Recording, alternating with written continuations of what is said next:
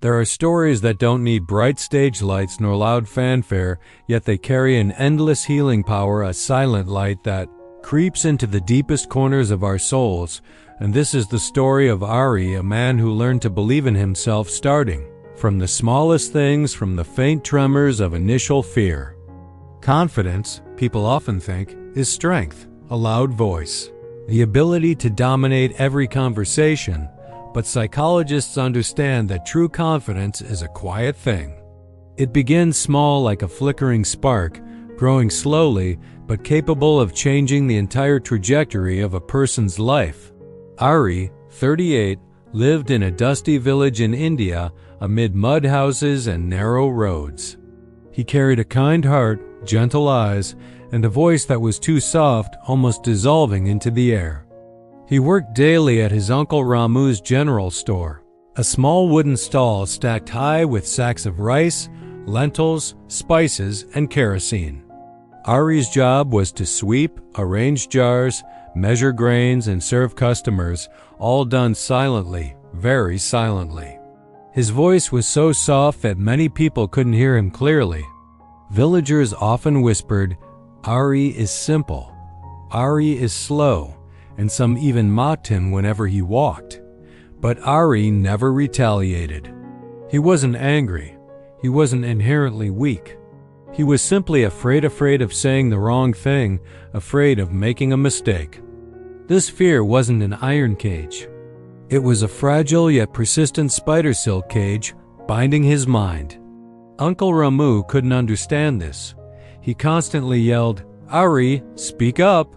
People can't hear what you're saying."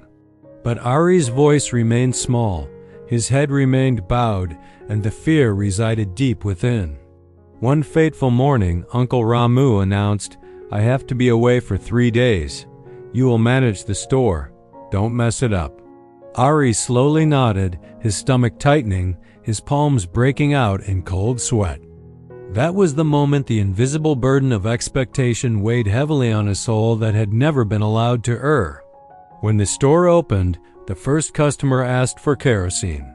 Ari nervously measured the amount, but his hand trembled, and he poured the wrong quantity. The customer shouted, "Ari, what is this? Can't you even measure properly?" Ari froze. His voice completely vanished. His heartbeat pounded so loudly it drowned out every surrounding sound. Next, a woman came to return a broken tin box. Ari didn't know what to say. He stood in stunned silence until she left angrily. Ari's mental state was like a shattered mirror. Every criticism, every scornful look deepened the cracks. By the afternoon, rumors spread like wildfire across a dry field. Ari is minding the store. He will cause trouble. He can't handle anything. And the worst happened. A swindler appeared. He smiled too sweetly, spoke too smoothly, and tricked Ari into giving away 5 bags of rice without full payment. Ari realized the mistake too late. He felt small, helpless, and utterly lost. That was the lonely abyss of a man who believed he was useless. When Uncle Ramu returned, he saw the missing rice sacks, the mistakes, the chaos, and he exploded. "Ari, I trusted you. You ruined everything. You are useless." Those words were like stones hurled directly at Ari's bleeding heart. He couldn't speak, couldn't defend himself. He walked out of the store with heavy steps and a crushed spirit. He walked past the fields, past the ancient banyan tree, past the cows grazing by the river. He sat down by the old village well, where women often gathered in the morning, a place filled with memories, a place he usually sought when feeling lost. The evening sky was stained fiery orange. A warm breeze carried the scent of tea and burning firewood. Ari softly whispered, "Maybe I really am useless. Maybe everyone is right. Maybe I can't do anything." Tears streamed down his face. Just then, a calm voice broke the silence. "Ari, my son, why are you sitting here like this?" Ari looked up. It was Guru Dev, a wise old man who lived in a small hut near the banyan tree. He was respected, loved, and trusted by everyone.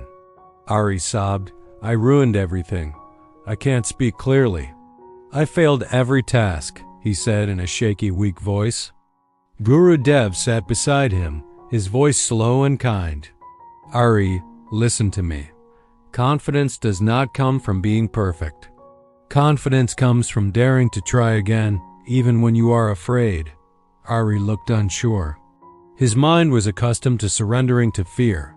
Guru Dev continued, If you want to change, come to my hut tomorrow morning. I will give you a challenge, a small but important challenge.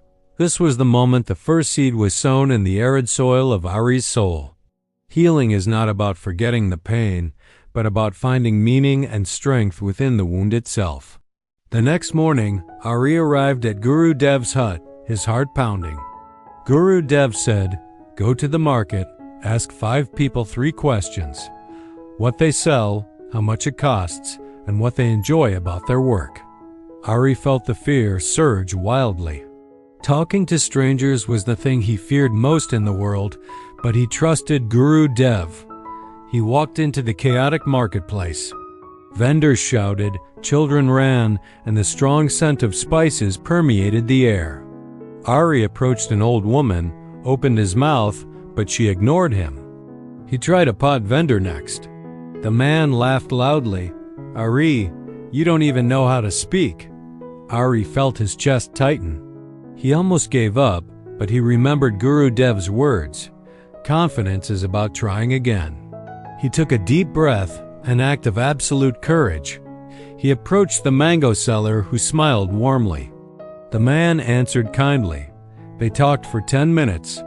Ari felt something new inside him, a warm feeling, small but powerful. By evening, Ari had spoken to 6 people. He had accomplished something he never thought possible. We often confuse confidence with exhibitionism. True confidence is the accomplishment of a small task we once feared. It is a personal victory that requires no audience. The next day, Guru Dev assigned another task. Go to the school, help the children cross the road, and say 1 kind word to each child. Ari was anxious again, but he went. Be careful. Well done. Have a good day. His voice was still small, but clearer, firmer, and more confident. The children smiled, the teachers smiled, and Ari felt slightly taller than he had yesterday. That is the power of small steps. They don't just change external actions, they change internal posture and perception. Ari was now like a small stream, initially blocked by rocks, but through persistent repetition, the water gradually eroded the hard layers. On the 3rd day, Guru Dev said, Now is the time. Go see Uncle Ramu. Tell him you want to improve and ask him for 1 more chance. Ari's heart pounded. Facing his uncle was his greatest fear. That was where the old wound still ached. But he walked. Slowly, deliberately, and bravely.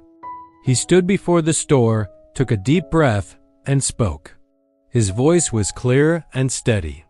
Uncle Ramu, I made mistakes, but I want to learn. Please teach me again. Give me 1 more chance. Uncle Ramu looked at him, surprised, confused, and then his voice softened. All right, Ari, he said, we will start over. Ari felt something inside him release a tiny victory, a new beginning. Weeks passed and Ari learned new skills.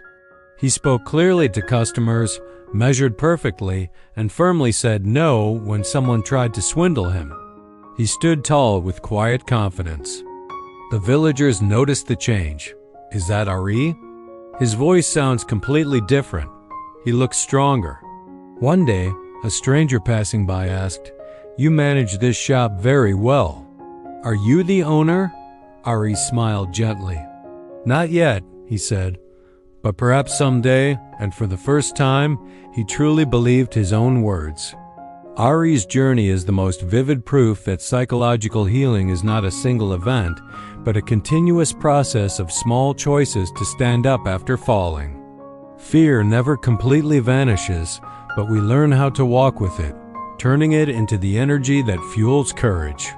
Confidence is not a miracle. It is not noise. It is not born in a single day. Confidence grows when you take one small step, then another step, and repeat. It is a series of intentional actions, a promise to the scared child within that says, "This time, we will try again." Remember, the strongest confidence is the kind you don't have to shout for the whole world to hear. It only needs to be clear enough for your own soul to hear. Like Ari, and like you, we all start from fear, but it is precisely in those first trembling steps that we find the strength to write the next chapter of our lives. Allow yourself to fail, to be clumsy, and most importantly, to be brave enough to try again, because that is the only way for the seed of confidence within you to sprout and reach for the sun.